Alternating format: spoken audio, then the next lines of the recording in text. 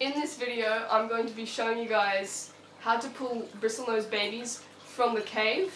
But before I actually start doing it, you need to know about what they are going to look like when they want to come out. Because if you try and pull them out too early, they're going to be harder to take out. So basically, the way you know they're ready to come out of the cave is they would have, they've absorbed almost all of their yolk sac, and you see them sort of starting to come to the front of the cave. This way they'll be a lot easier to pull out of the cave because the dad's protecting them less and they're not all like bunched up at the back. When they're not ready, they'll be bunched up at the back. They'll look yellowish orange, or depending on what kind of placenta you have, they'll be yellowish orange most of the time. And they'll have big yolk sacs. A lot of people do pull them out at that age. You can pull that out at that age, but I recommend you pull them out when they're bigger and starting to come out near the front of the cave, because they will grow faster and they're just easy to take out. So now I'm actually going to show you how to pick up the cave and get them into a tub. Right, so basically what you want to do, put your hand in the tank, grab the cave, just see if the dad wants to come out. He might not. Okay, it doesn't look like he wants to come out because he's protecting his babies. So hold the cave up when you're taking it out and take it up. And then you pour out everything in here. Oh, look. Oh, I'm sorry, Papa. Okay.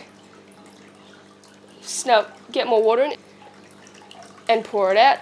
And keep doing that until there are no babies left in the cave. Check with like a phone light or something. Come here, sweetheart. I'm sorry, darling. I know. So here are all the babies from the tub. As you can see, they're very, very small and very, very cute. As you also saw, the dad came flying out, which happens, and that you just fish them out with your hands. And be careful because they are spiky. Not too spiky though, you can easily do it. But here are all the babies. It is a fairly small batch. I saw that when I first saw the eggs, that it was pretty small. Probably only like, I'm not good at this by the way, maybe like 30 to 40 in here, which is a small batch for bristlenoses. They usually have about like 50 to 100.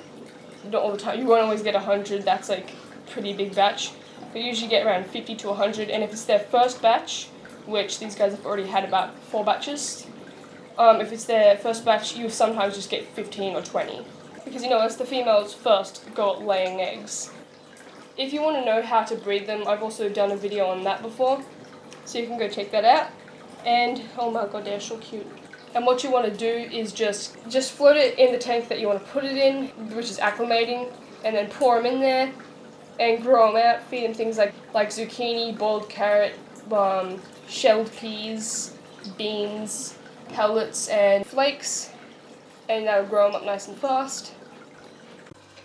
The babies are acclimating right now, and if you could see in here, where are they?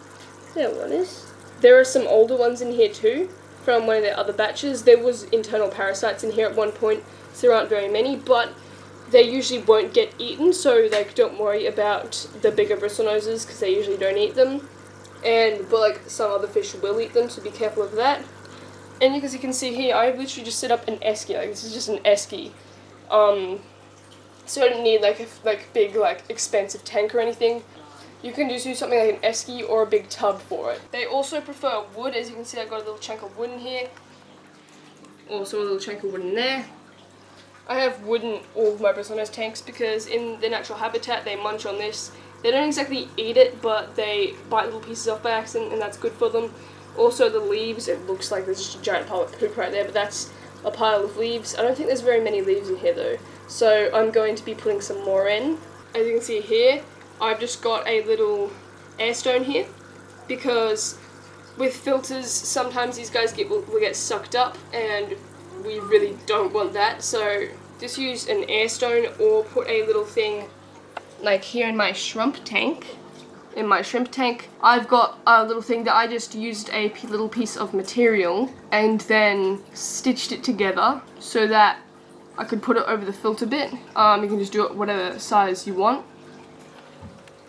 Make sure you've got a heater too, because they're tropical fish, so they'll need warm water. You can just use the same, like some of the tank water from the original tank, or you can just use whatever water you actually have on this. So that was how you pull baby bristlenoses from the cave. I hope you've learned something, and I will see you guys in the next one.